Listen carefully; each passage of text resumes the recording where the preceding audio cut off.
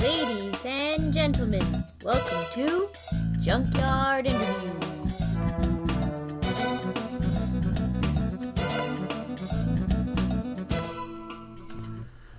Ladies and gentlemen, welcome to Junkyard Interviews. Our interview guest tonight is somebody who brings a lot of passion and emotion to her music. She's somebody who captivates audiences just by the way she expresses those feelings. She's played crowds of 30,000 people or more and has captivated every one of them. Hammer that heart button and show some love to Alyssa Ruffin. Good afternoon, ladies and gentlemen. Welcome to another episode of Junkyard Interviews. I am, as always, your host, Jack O'Keefe. Sitting down with me this afternoon is an artist who has the emotional energy and power of a tactical thermonuclear device packed into a tiny person. Alyssa Ruffin has joined us today to talk about the release of her debut single, which comes out very, very soon. Alyssa, introduce yourself. Hello. My name is Alyssa Ruffin. I am an independent pop and country recording artist. I am working on my debut studio album, and my very first single is due out Friday, March 26th. And the pre-save is available on Monday, March 22nd. Wow, that's coming up really fast. So very exciting. Now, Alyssa, you began your career with a television performance, I believe, in Denver, Colorado, and you were only 8 years old at the time. Now, since then, you've gone on to perform with Buddy Holly's wife, Ron Ellison, and you've played in front of 30,000 people. So how did you go from being the little 8-year-old Alyssa on the Tom Slick Show to the powerhouse artist that you are today? I have worked really hard singing. I've played in bands. I guest perform in other people's bands, and I just kind of worked my way up the ladder. I actually started singing when I was 5, and from there Mariah Carey came out. She was like a huge inspiration to me, even though I grew up in country music. I just loved Mariah, and I copied everything she did. I learned how to do runs. As a teenager, Christina Aguilera came out, and she kind of became like my inspiration because, she was closer to my age. And from there, I just kept doing anything I could, singing national anthem for, military bases, or I sang the national anthem multiple times for the semi-professional basketball team, the Minot Skyrockets. So I started auditioning for American Idol. I auditioned for The Voice a few times. In 2019, I decided to go solo. So I left my band. And right when I decided to go solo, I was offered the opportunity to open for J.R. Richards of Dishwalla at Sunshine Studios live. And I took it. So I hired, some hired guns and kind of put a band together and a set list. And after that, I guest performed with my friend's band, Pretty Vague. Shout out to them. And we opened for Coolio. And then that year in July, I opened for Hinder. We ended up moving to California, and I have just been working really hard to kind of get my original music out there. Now, a lot of your songs deal with military support for veterans. You yourself said that you did a lot of national anthems for military events and stuff like that. It was really, really cool. Now, that's not such a popular trend in modern music today. So what makes this an essential theme of your work?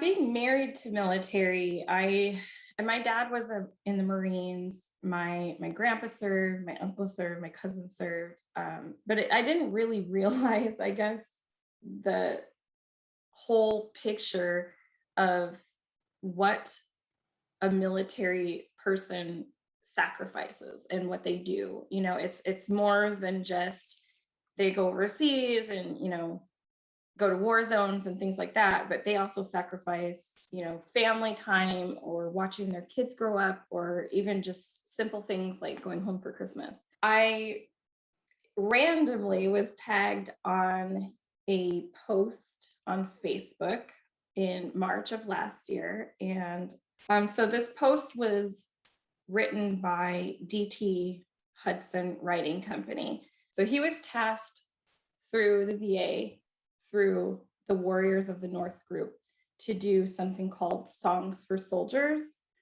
And so basically he was looking for musicians and artists to pair with military veterans to turn their stories or poems into songs. And so I immediately like jumped on board. I was all for it. I was very excited. And that's actually where this song Collateral Damage came from. And so I was paired with a female military veteran, and I was expecting, you know, like war stories or something like that. And when she called me, I had already committed to, you know, partnering with her. So when I called her to get her story, she had told me, you know, she had been sexually abused as a child. And so I was, you know, taken back and caught off guard because I share that same story. And so even though I had already agreed to, you know, write a song for her, I knew I had to do it, not just for her, but for myself and for all the other survivors out there. So that's how this whole song got started. You know, really commendable, first of all, that you were willing to do that. There's so many stories out there that need to be told, and art is such a great way to share those stories. And also, you know, it's something so personal. I think for art to truly matter, it has to be, you know, personal. So, you know, take us through the journey once you decided, yep, I've got to do this. You know, take us through that journey. So I sat down and I wrote out, I read her poem, she sent it to me.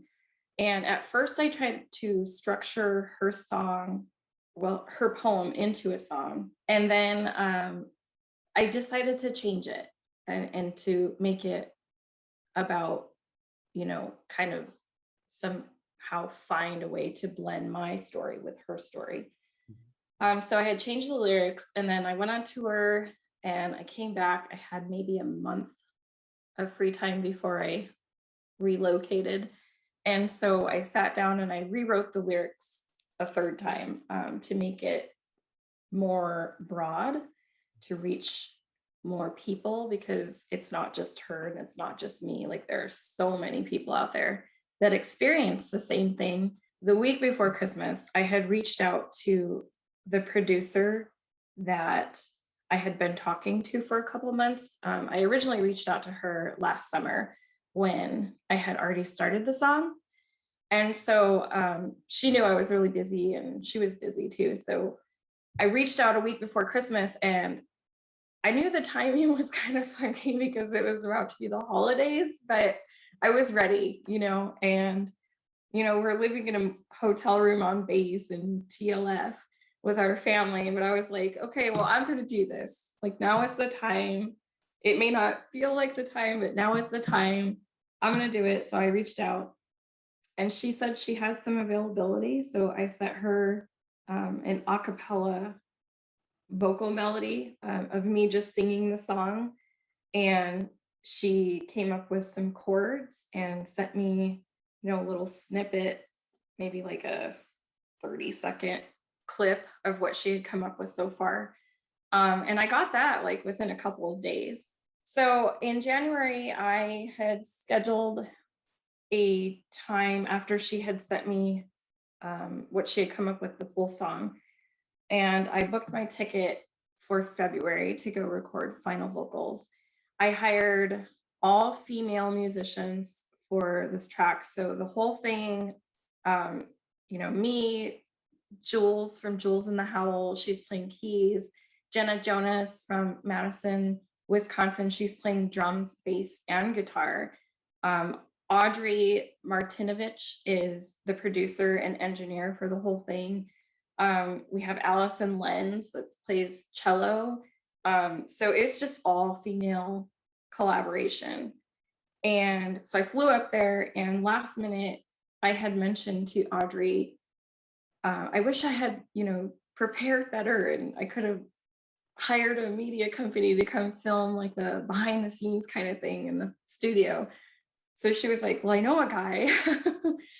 So I reached out to him the night before I was supposed to go into the studio. Like my plane had just landed, and he was very accommodating. Mod Media Productions. And so he came and he spent the entire day from 10 a.m. until like 8 p.m. filming the whole thing. And he put together a really amazing behind the scenes making of Collateral Damage. And then he also filmed the music video for me.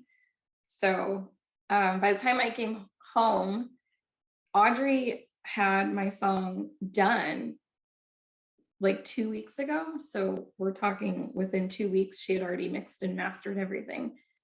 So then I was doing a little research. I had never really gotten into the, sexual assault or learning more about it or pursuing any kind of healing whatsoever. I just shoved it way in the back and never talked about it. And so I just randomly looked up a charity organization because I was looking at, what I can do to help raise money for sexual assault awareness type of thing. And so I found this charity. And while I was looking that up, I found out that April is Sexual Assault Awareness Month. And the official color for sexual assault awareness is teal. And so then I decided to reach out to my friend who is a graphic designer, Matt Meacham. And I had him create the symbol that everyone is using. Lady Gaga, I think, first got it. It was a tattoo she got on her back, and then several other survivors got it. So I used that symbol to create a survivor like t-shirt. I think that we are warriors and we are survivors, and I wanted to make something that we can, say, hey, like I'm a fighter, Really beautiful, symbolism, especially attached to the song and the timing of the release and all of that. And I think it's really interesting too that the word choice that you use, warriors and survivors. Oftentimes we think of those who have been through sexual assault, and the word we choose to use is victim. But right. I think the word choice you use in this sense is very powerful because, as you said, you're fighters. So, it's really cool that you're poised to release this very, very powerful track that comes with so much meaning and so much, other pieces attached to it. And so I wonder, Alyssa, if you were to sit down with an 8-year-old girl, fresh off her first TV performance, with her entire journey stretching out in front of her, what advice would you give her? I would tell her to believe in herself, always fight for what you want. Use your voice. Never give up. Never back down. And that applies to anything. It doesn't have to be a singer or, an artist or anything. It could be a NASCAR driver or a doctor or a military veteran, keep going. Really interesting that you bring that up, considering that, we have a lot of very powerful females in the military these days, and there has been a female NASCAR driver and more coming up through the ranks, and we have female astronauts, and I was just reading the other day the very first aeronautical engineer, head of a department of NASA, female, and so women are taking these powerful positions in society and doing these great things, and it's awesome for me to be alive at a time when we get to see the world start to bloom into something beautiful and new. And, I, for one, enjoy watching your career bloom as well. So, Alyssa, I want to thank you so much for sitting down on the show and being so real and personal with us. I know it's not an easy thing to do, but we really appreciate it. And I know the fans will love it. And we're excited to see this journey of this song getting ready to release. But I do want to make sure that you have an opportunity to shout out to anyone or any of your supporters before we end the interview. I would like to shout out my darling husband, Chuck Ruffin. He has been a huge support, not just in my career, but in my healing journey and just anything that I want to do in life. He is just amazing. I can't even rave enough about him. So yeah, kudos to him. and God bless him for having to put up with me also. I would like to give a shout out to DT Hudson Writing Company, Dan and Angie Hudson in North Dakota, Roslyn Howery, and Lindsay, and I'm gonna not say her last name. I'll let her. So Lindsay N. I love you guys. I really do, and it's strange because I haven't met Dan, Angie, or Lindsay in person. I've talked on the phone with them for the last year, but that is it. I've done a video call with Lindsay, so I really look forward to possibly doing a follow-up interview. But I want to do a shout out to Produced by a Girl.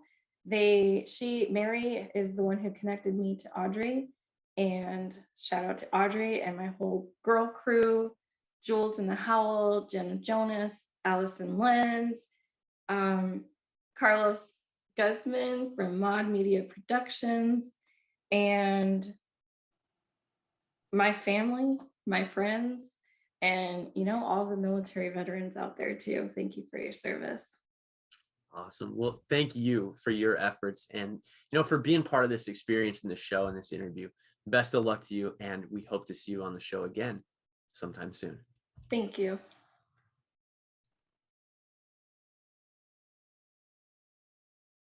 Can we stop with the tank for Trevor nonsense?